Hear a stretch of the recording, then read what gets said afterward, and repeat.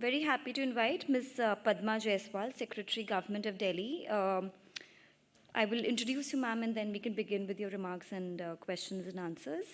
Um, she's a 2003 batch AGMUT cadre IAS officer. She's worked at the public admin sector and within the union and state governments for over 2 decades now. She has held various roles, including Deputy Commissioner, Director, and Secretary in Delhi, Goa, Arunachal Pradesh, and Puducherry. She's worked on statutory, regulatory institutions, autonomous bodies, and election commission duties. She's also served as a general observer for parliamentary elections, has been instrumental in multiple government projects and staff and line agencies, has an MBA from UBS, Punjab University, is a company secretary, and a qualified UGC NET. Ma'am, we'll begin with your remarks and then questions and answers. So thank you for the introduction. And I congratulate Mr. Malik for giving such an insightful presentation, and also the organizers for giving the brief of what has happened yesterday in the whole session as we were discussing the solid waste management.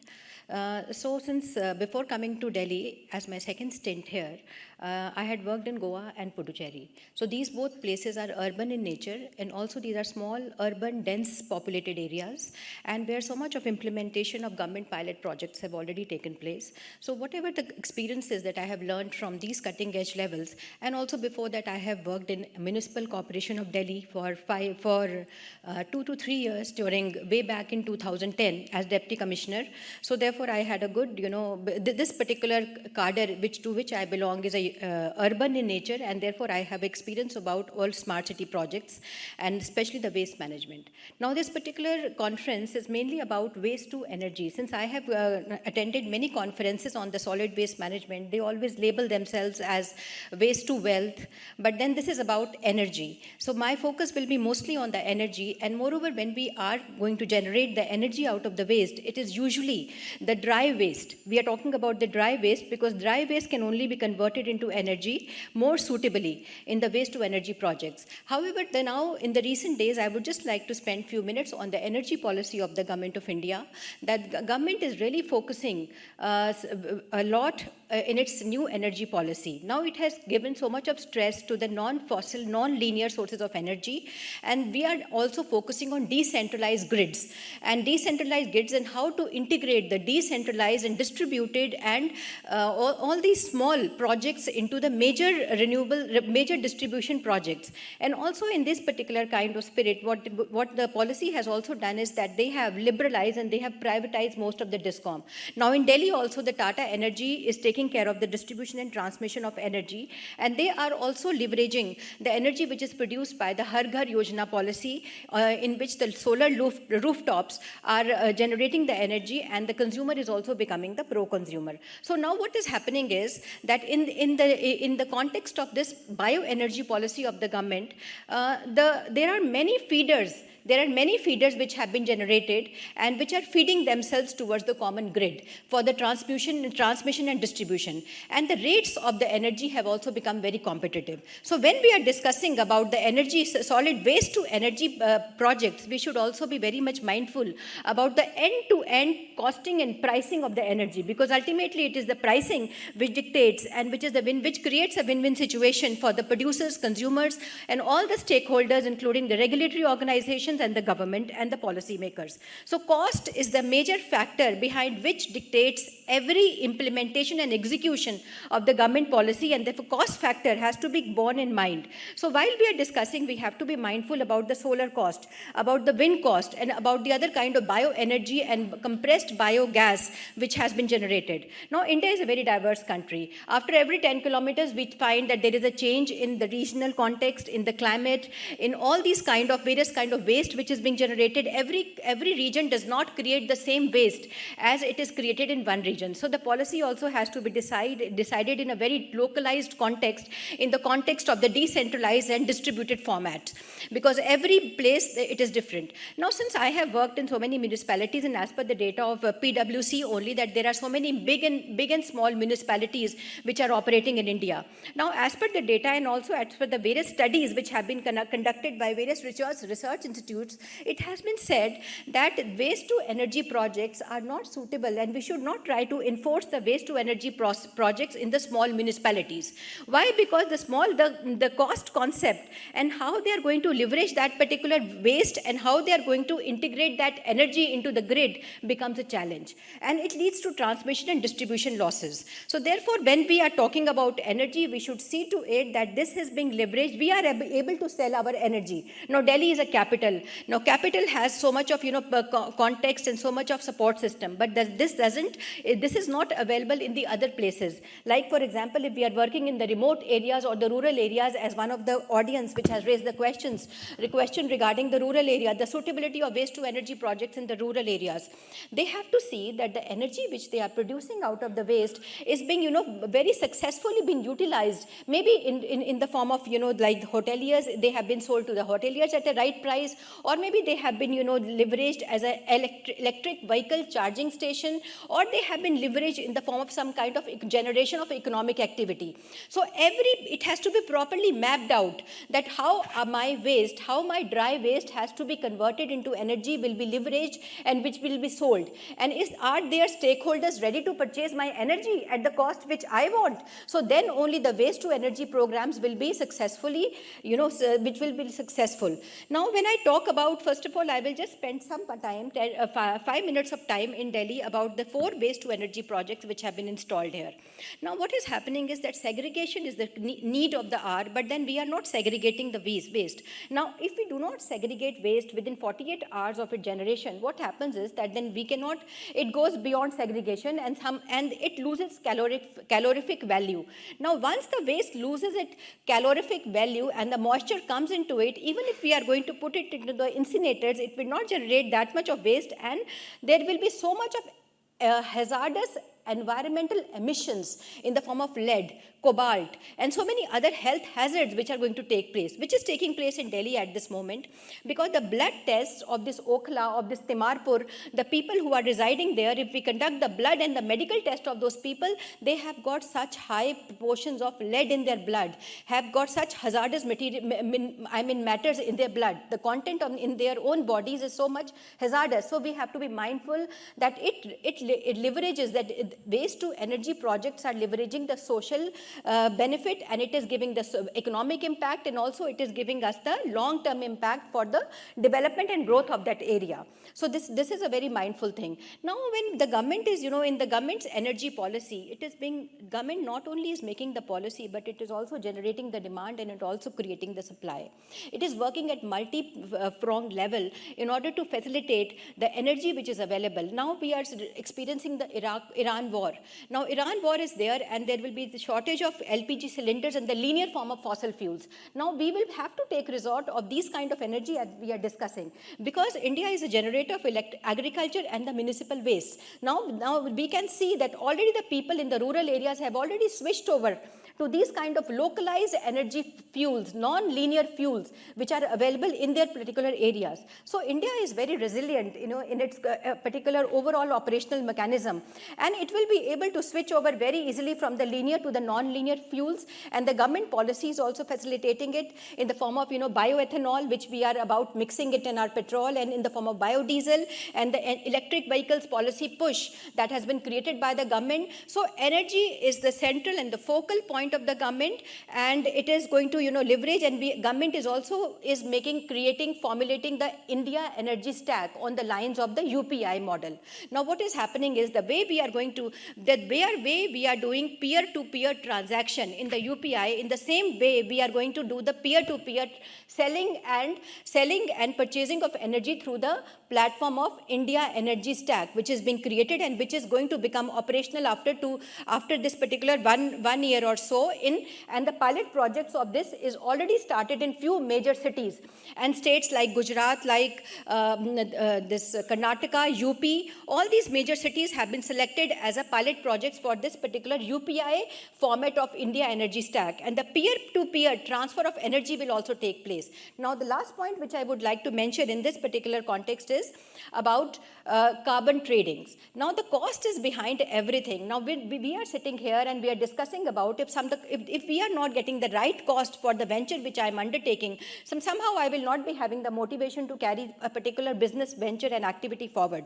So what the government is doing is that they have amended their Energy Conservation Amendment Act, in which they have created the carbon trading systems, under which the carbon can be traded in the market, and if I am not able to channelize the energy which I am creating out of whatever X, Y, and Z project, then I can go to these carbon markets and I can leverage them at the price which I want. If I'm not getting the right price through the grid management, through my discoms, then it is okay. I can go to these carbon trading markets and get the right price for it. And also the ESG investments which we are receiving, because we have been very much forthcoming and aggressively, aggressively we are performing in the G20 with our G20 members and also with the BRIC nation members.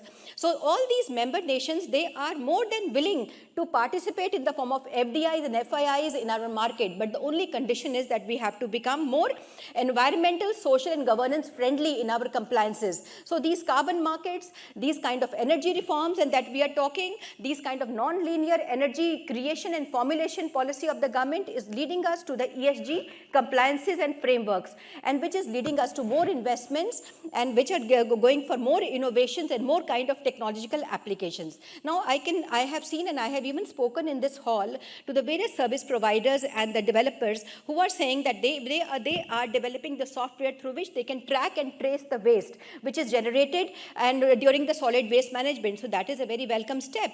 And moreover, but again, before ending my conversation here, I would just like to say that the suitability in India is not about the bigger projects only. It is about the hybrid projects. As we have discussed in the AI Impact Summit, that the policy of the AI mission is about going for the hybrid projects, not for the bigger projects. Bigger projects are also there, also has to be there, but at the same time it has to be supplemented.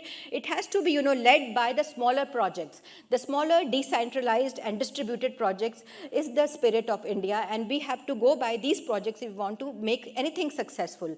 And CSR funding is already available and already liberalized by government, by the Ministry of Corporate Affairs, and therefore we can have more and more participation from the NGOs and the voluntary organization. So I will stop at that, and I'm open to questions on any of the queries which are in the minds of the audience. Thank you so much. I thank the organizers for giving me the time to share my views and perspectives, and also the audience for giving me the patience listening. Thank you.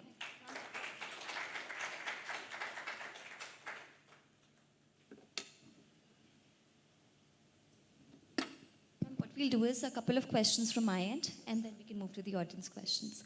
Ma'am, you spoke at length about the experiences that you've had in this particular space and what kind of challenges crop up, particularly if we come back to Delhi. Then what has been the experience there, and how are you planning to tackle all of these issues of waste segregation, of the changing quality of waste as we move 10, 20 kilometers away, the health hazards and the environmental concerns? What are the plans there? Actually, we have to holistically map out the strategies, and we cannot just take one piece of the puzzle and we can work on it. We have to holistically see that all the puzzle of the piece has been fixed together. Now, the major aspect which we are not discussing too much, but we have to discuss and spend more time on it, is how do we integrate and formalize the informal sector of these rag pickers who are controlling the waste management for entire past maybe 50 to 60 years, and now also they play a major role in the tier 1 and tier 2 cities and also in the rural areas. So we have to integrate these rag pickers, the small medium enterprises and the medium scale sector, and if we are not doing that, then maybe the solid waste management sector will not see much advancement and much growth. And so therefore we have to utilize and we have to leverage the technical skills which these rag pickers have, and out of their experiences, and the legacy waste lies with them. They know what kind of waste is available, and what kind of whether for example, if there is a particular area, now the rag picker will know what kind of iron I'll be able to extract out of this waste. The resource recovery is very much known to them. That is the knowledge which they have, because otherwise I will not be able to know, and I have to go for hit and trial, and I have to waste my time, and I will not be able to do proper mapping without taking the inputs of these participants of the informal sector. Ma'am, there are 4 projects currently in Delhi. So what are the plans there? Are there plans to expand those projects? Are there plans to, like we have been discussing since yesterday, to improve the efficiencies of that project so that they're able to tackle more waste or get more benefits out of them, either, in the form of power or in the form of other byproducts, which is the need of the hour. So what is the plan there? Yes, when I speak about the context of Delhi, then Delhi already has 4 projects, and it is having the centralized bigger projects which are producing megawatts energy of megawatts energy. But the thing is that environmental concerns out of these various lobbies has been tremendous. Now somehow they are not supporting this waste to energy plants as it has been run in Delhi. The segregation of waste is becoming more important, and they are discussing more about that. So we can see that NGOs and voluntary organizations are much at play, and so the government would like to focus on, and moreover land is also at premium because it's a capital city. So much of land is not very much readily available because there are so many other ventures also which the government has to take. So therefore decentralized distributed projects is the need of the hour, and moreover Delhi is also a very big place, and where the waste differs from place to place, and the public participation also differs. So therefore when we are talking about segregation of waste, what kind of waste, whether it is a metal waste or whether it is a electronics waste or whether it is a dry or a wet waste. Now one of the audience which has raised a very pertinent point about the sludge. What are we doing about the wet sludge which is being generated in the large quantities? Yes, we need to have those kind of plants as well. And also when after you are generating, you have already generated the energy. Now do you have the consumers for that, or will you be giving the same thing to the discoms? Now discom will not be having the capacity. Their grids will be totally full, and there will be tripping happen, and the inverters are not fixed in place. So what is happening? To whom are you giving the energy? Do you have the plan in place? Just by producing the energy is not going to solve the problem.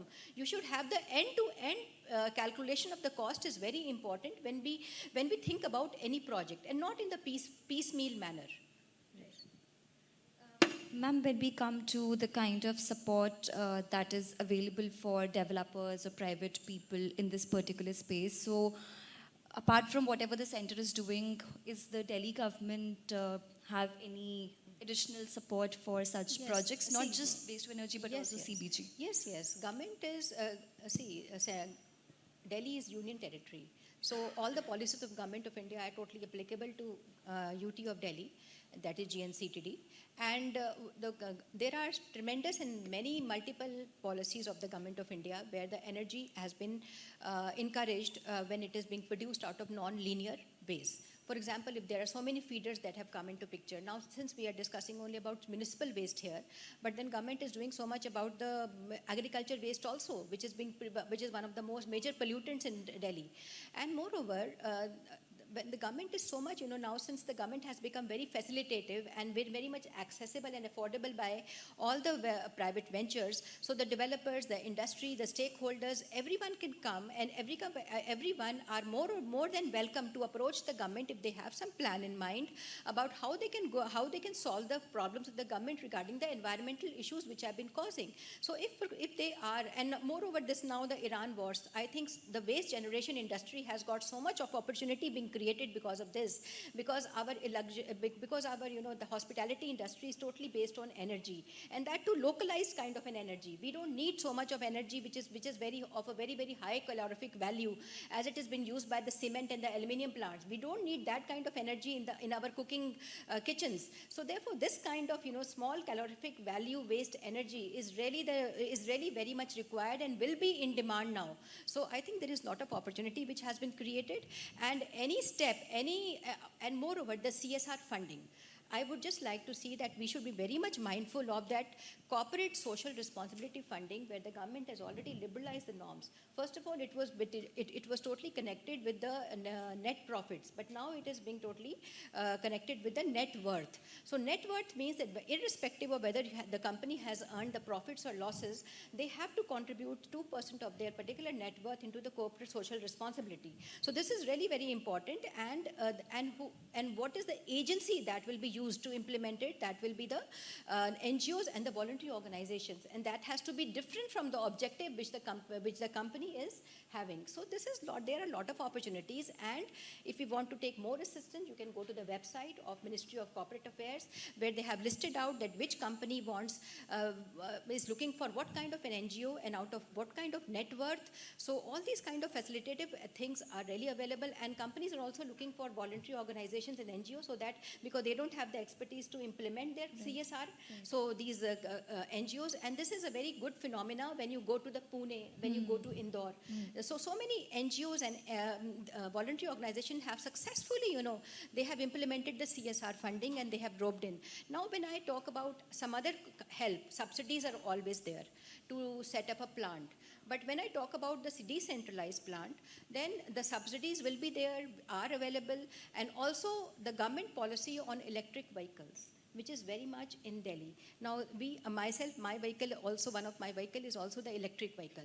In my department is electric vehicle. So government is leveraging the public transport department on the basis of electric vehicle. Now, buying the electric vehicle is not enough. It has to be managed. And how it will be managed? Through charging stations. So now sometimes when we go to the charging stations, what happens is that there is a lot of rush there, and we are not able to charge our electric vehicle in the case of exigency or at the time when we need it. So peer-to-peer energy is really so important, and moreover these kind of energy projects which have taken at the decentralized level, if they can transact themselves on the peer-to-peer level or the grid to vehicle level, so it is so much, the opportunities are available.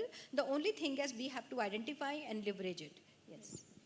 Ma'am, I'll move to some audience questions now. I'll first give our speakers a chance to ask questions, and then I'll move to the delegates. I'm sure everyone has a question. Yes, we'll start with Mr. Ashish. Yeah. Thank you, madam, for sharing the government insight and the supports kind of thing for this industry. I have one specific question. For this WTE, technology plays a vital role for the success of any project. Are there any restrictions imposed from the government side for importing technologies and maybe some critical equipments from countries that share land border with India? Any restrictions in prevailing, or it is open? Okay. All right, Mr. Ashish, actually your question is that about the restrictions. But then if the technology transfers are not restricted by the government, and it is already made clear by the Made in India project that it is not about, the sovereignty that we have is not about being in isolation.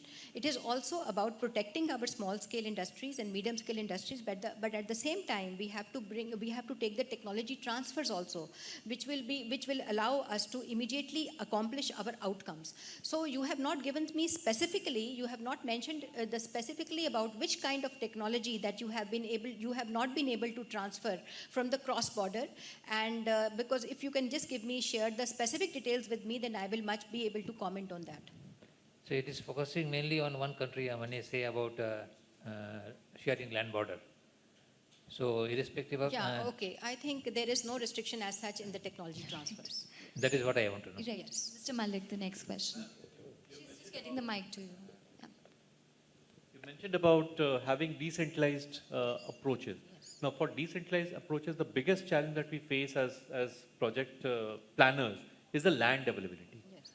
Particularly if we look for a land in a GK or some area, it may not be possible. Yes. So does the government have any kind of plan through which at least some land need to be kind of apportioned so that it can go for waste management facilities? Yes. Yes, this is a very relevant question, but in the context study, we have to always take into account the participation with the resident welfare associations, because government has given a lot of, power, and because we believe in decentralized participation and mechanisms, so our WAs of the local places will be able to bring much help to you. And when you are talking about land, please don't take in Delhi, because Delhi is a capital, and government cannot, go for a transfer of ownership of the land. You are able to take the land with the help of the local participants if you want to participate into such kind of ventures, and for that that is a collective effort.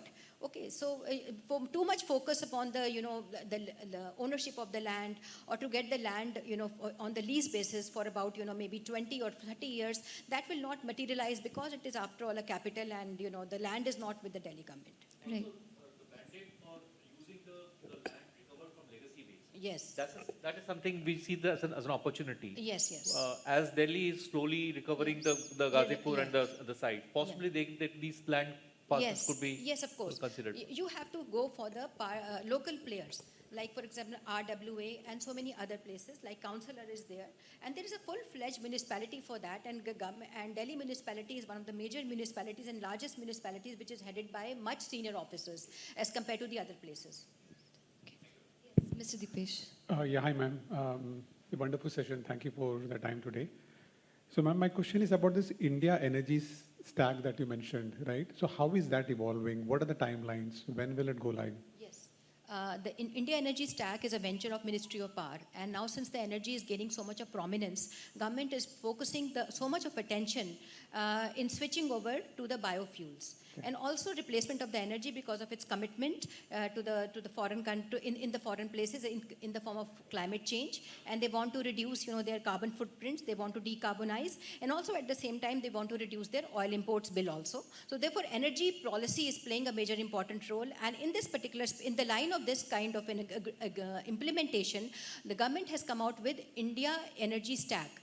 Now already it has been formulated, but now on the pilot basis it will be implemented in selected states. So the states are from the South India also and in the North India also, so that they can take the collective response and feedback and assessment of their implementation and execution, that how it is going to be implemented. It will work on the guidelines of UPI, and it will digitize all the power assets. Okay, if I'm having any renewable sources of energy, if I'm having any solar panels, that all will be digitized. Like, for example, it has been digitized in the UPI. Now, UPI was been run by banks. So banks were already developed and they were already mature institutions. So it had not taken much of the time. But then in case of India Energy Stack, it will be implemented now on the pilot basis. Already it is in force.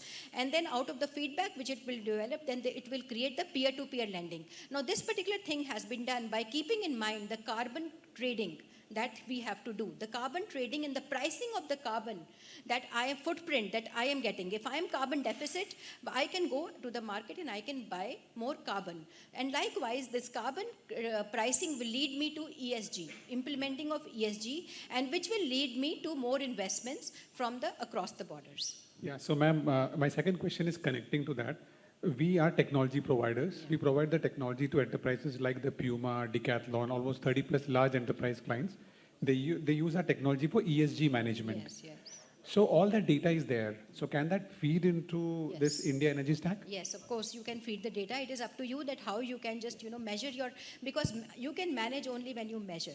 Okay, till the time you don't convert it into tangible form, then how will you be able to transact with it? So you have to digitize all the carbon efforts that you have taken in the tangible form, in the form which can be measured.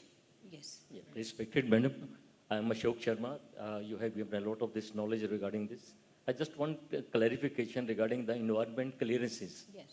This is regarding for setting up such projects. We need to wait for 1 year or more period also. The step which government of India is taking, like they have already taken the one step for the common effluent treatment plant. They have already no EC is required. This is from the state board only. We have to license. Here also for setting up such projects, is there any lot of these rumors are going on? Here also government will say that this no EC is required. I don't know. See, your question is very general in nature because the projects are big, small, medium. All these kind of projects are there, and then they have to be, the feasibility study has to be done for each and every project.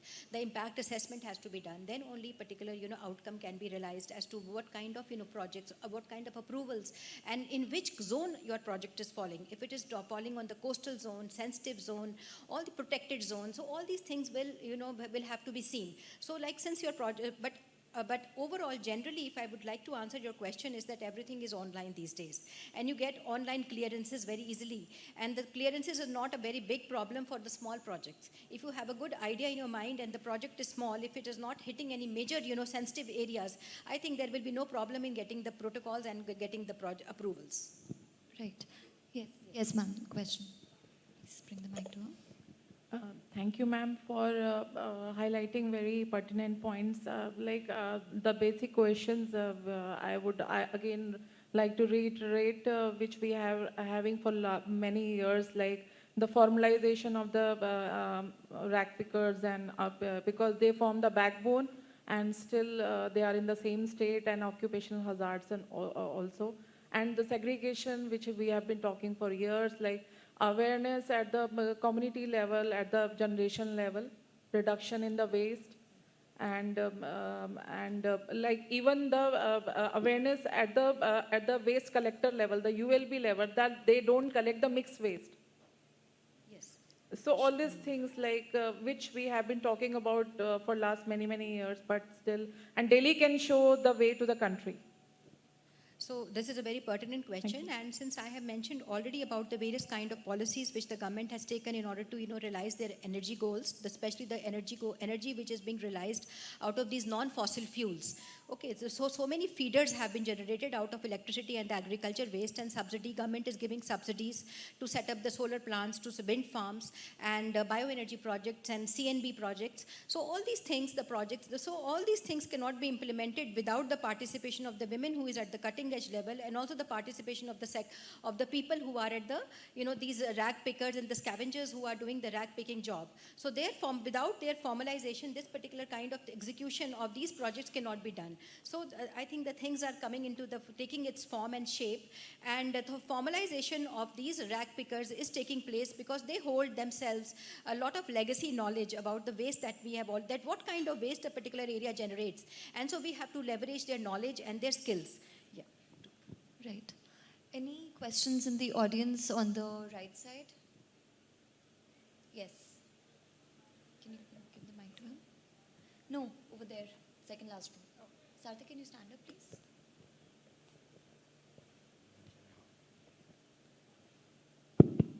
Ms. Jaiswal, we keep reading that there's several targets that the city has set for flattening of the landfills. So if you can give us specific targets that the government has, and what's the update on that? Yes, government is really very mindful about reducing its landfill, and moreover, the target of the government, as we all know, is to make zero landfill, no landfills at all in the city of Delhi. This is the target, and this is the goal that one has to realize. Now, how can that be done? That we have to learn the segregation of the waste from the source only. If we encourage our citizens, their participation into the segregation of the waste at the very source, and also how to process the waste and how to differentiate between biodegradable and degradable waste, and then we have to process the dry waste and the wet waste, then the waste should not reach the landfill. Now this is the target, and there is a timeline also of the 5 years. So therefore we are executing and we are implementing. That is why we are sitting here and deliberating and discussing about this particular topic. Right.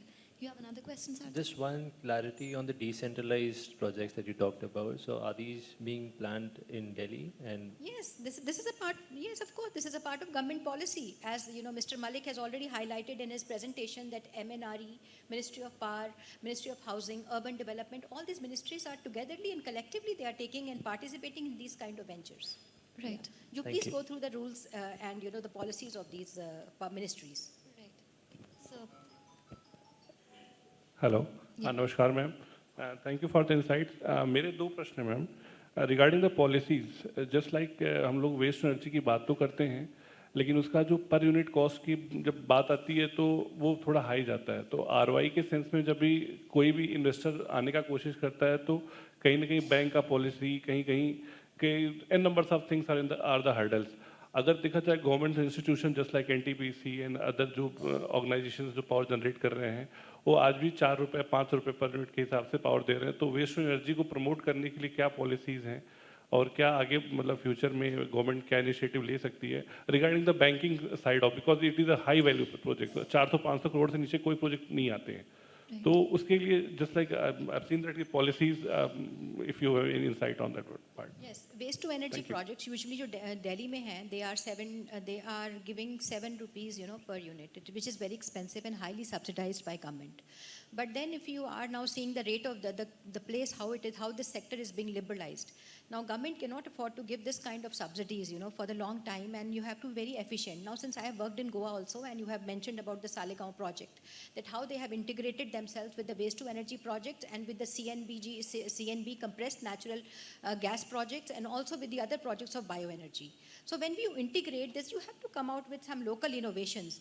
और वहाँ पर जो energy cost है, अच्छा जो mister Malik ने अपना दिया presentation, उसमें इन्होंने ये भी बोला कि एक टैबुलेटेड फॉर्म में बताया ना कि जो एनर्जी प्रोड्यूस होती है वो सारी ऑफ ग्रिड है, मेनली सब ऑफ ग्रिड्स हैं. तो ऑफ ग्रिड है तो फिर वो कहाँ जा रही हैं? तो वो तो यूजुअली वहाँ पर ही कंज्यूम हो रही है या फिर वो वेस्ट हो रही हैं. There is no transmission happening, there is no distribution happening in the formal channels.